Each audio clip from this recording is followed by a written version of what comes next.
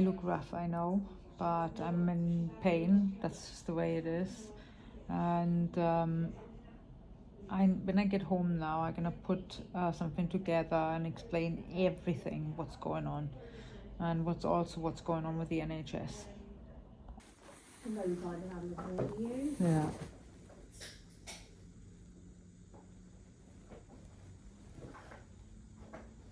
I think I go home tomorrow.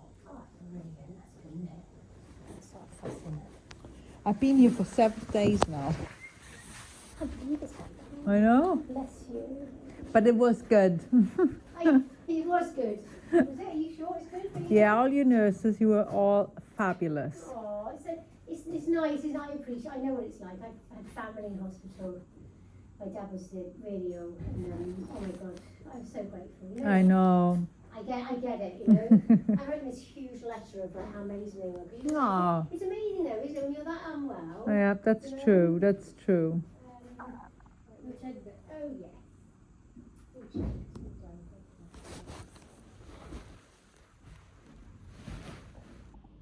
At the moment, I'm on my own in the room, which is quite nice.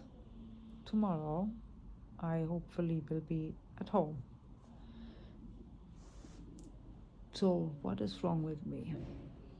I think I explained a little bit before. So, I have a cyst, a massive 10 centimeter cyst. And I don't know what happened. It was always okay the last whatever, how many months. Yes, I had pain, but nothing like I had a week ago when I came to hospital. So that cyst now has grown from 9 centimeter to 10 centimeter. I've been the entire week on morphine and codeine and whatnot. And but it's the 7th day tomorrow. And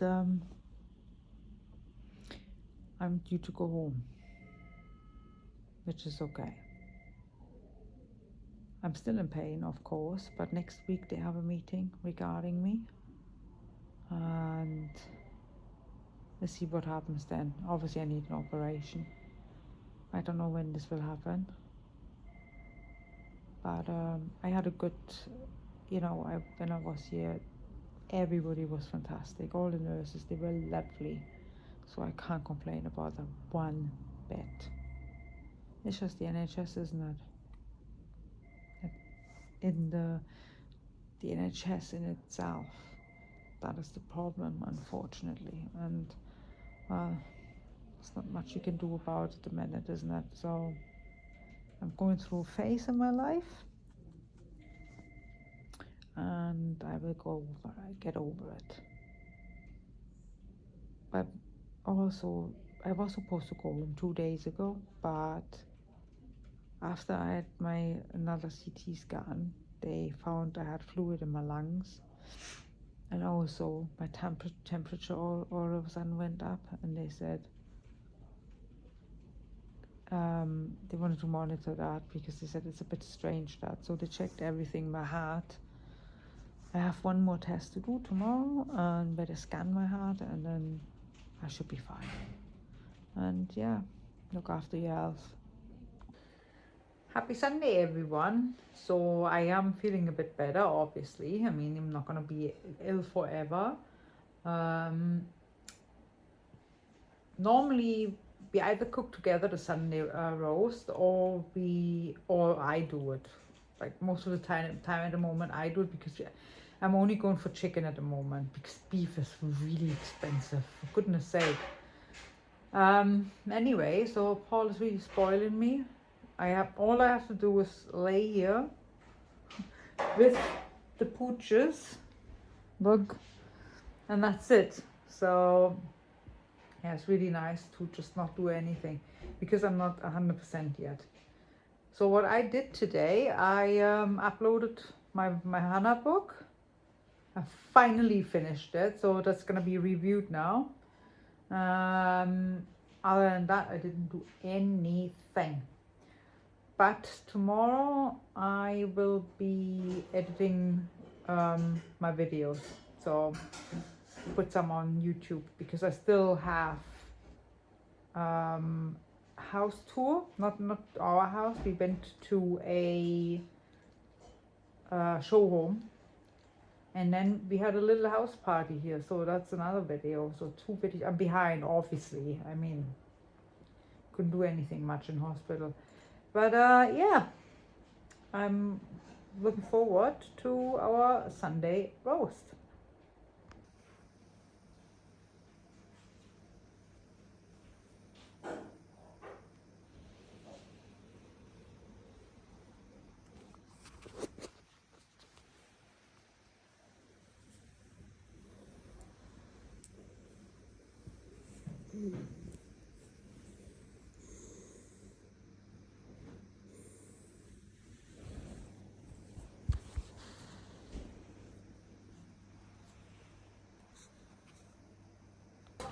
And look what he did.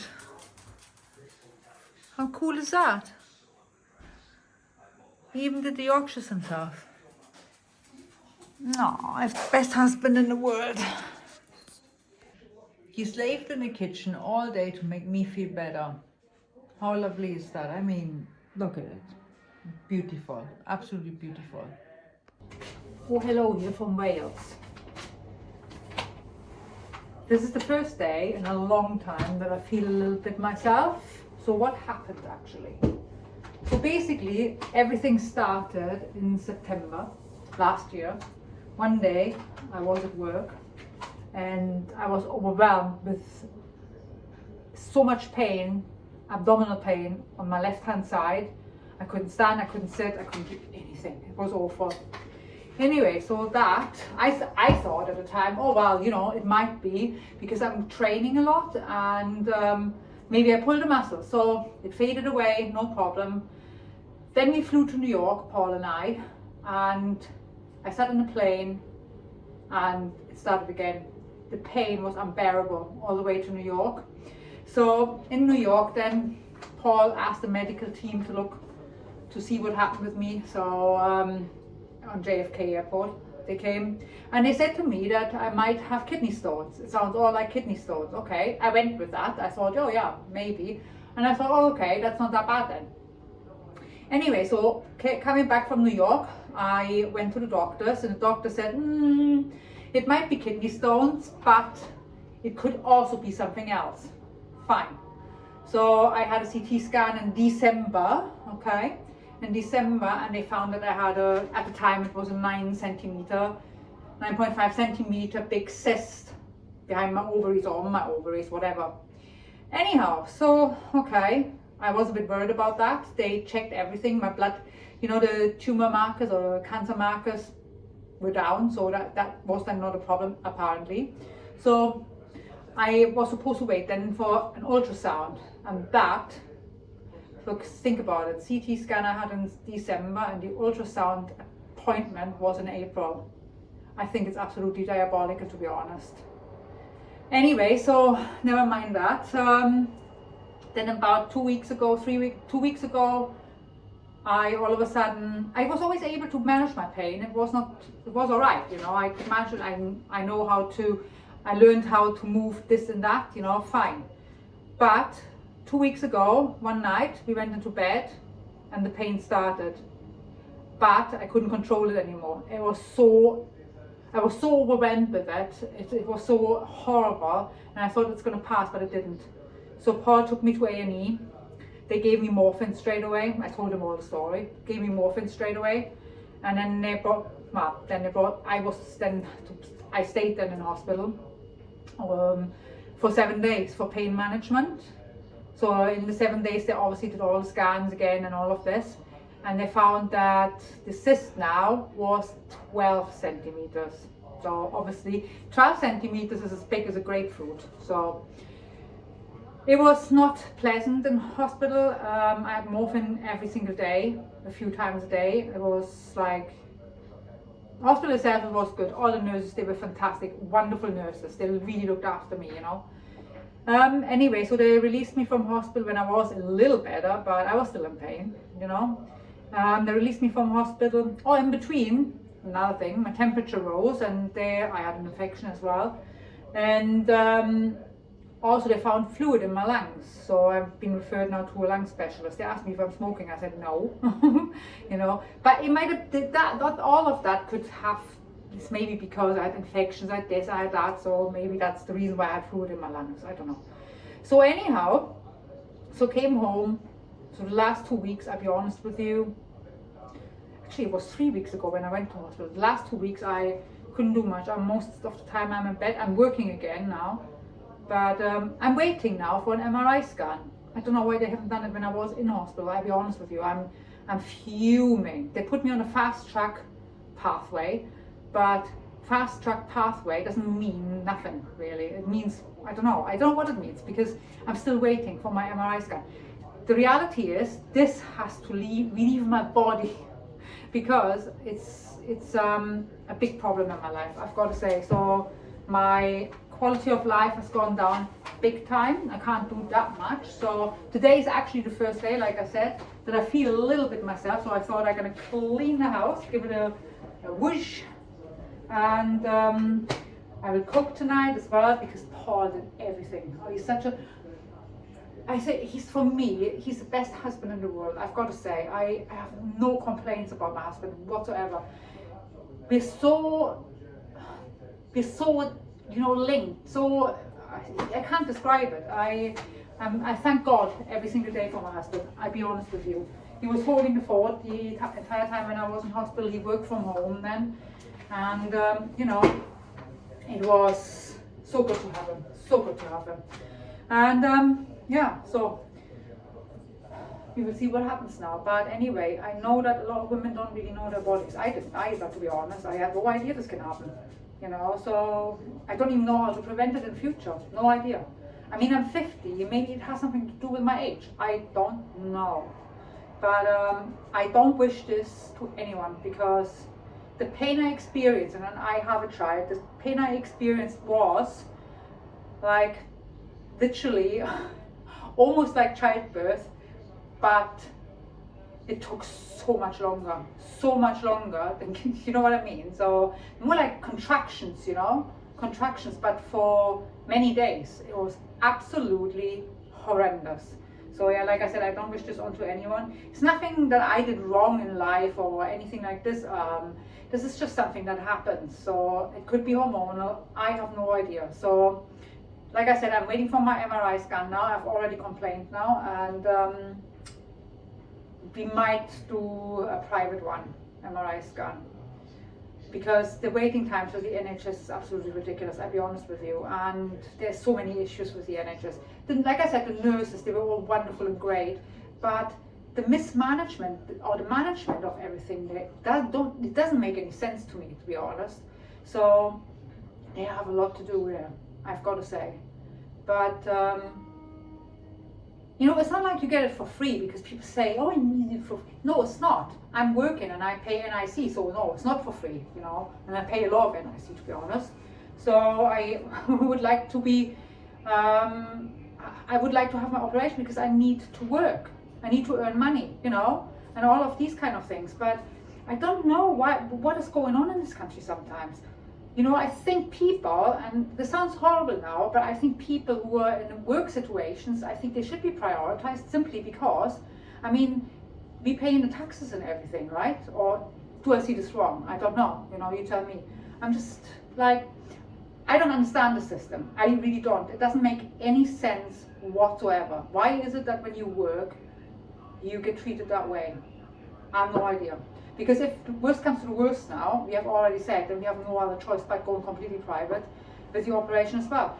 But I don't want to do that, because I'm paying NIC, and I've been paying NIC for years, you know. And the thing is, I have never really used the NHS ever before. Not like this anyway. I've been very rarely to the doctors in the past. So I'm not exactly happy with all of this. And I think a lot of people aren't either. So anyhow, I'm gonna carry on with the house now, and once I've done this, I will do probably some editing, and then I'm gonna make some really nice food for Paul, who is actually golfing right now. So I'll see you later. So Saturday nights, it's usually curry night, so I'm almost done with cooking now.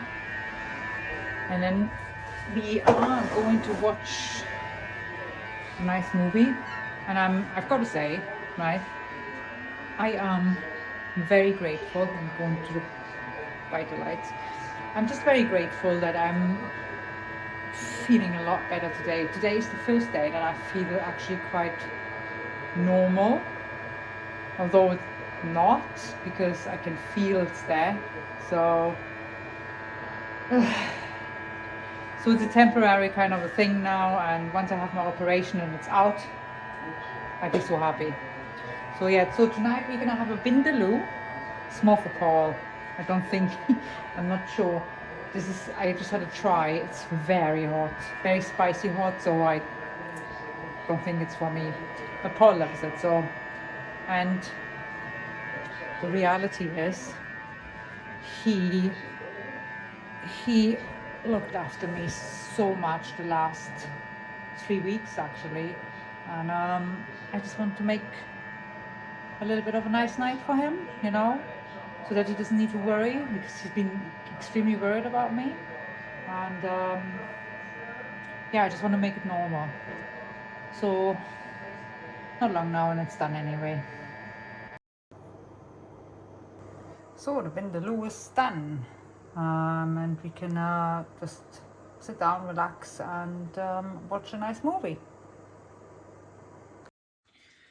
So that was my little excursion through my pain I went through, and there's probably a little bit more to come before I have my operation or after I had my operation. I have no idea. Also, a lot of women do not know their bodies. I didn't. I had no idea that this is even a thing, that you can get something like this in that kind of area. So yeah, I only now realize how little I know about my body. Terrible. But throughout all of this, you know, when you are in pain and you try to focus on something, my focus was on the cross. I thought Jesus Christ went through so much pain I will never ever even go through. And you know, and this gives me hope anyway in all things. I know this sounds all very dramatic. It's not about me dying or anything like this. This is only a small little thing, but all of this has I got closer to Jesus throughout this now. I didn't lose hope, faith, or anything like this, and I didn't think, oh, why are you putting me through this? I think it is important that you go through things like this, simply because you grow. You really, really grow. You just need to trust, and you just need to put your faith in him, and that is it. And it worked for me. So now you know I'm a Christian, and I'm not ashamed of it, otherwise I wouldn't say so. And if you like this content, then please subscribe. I'd be happy to entertain you or not, I don't know. But yes, I'd be really grateful if you subscribe.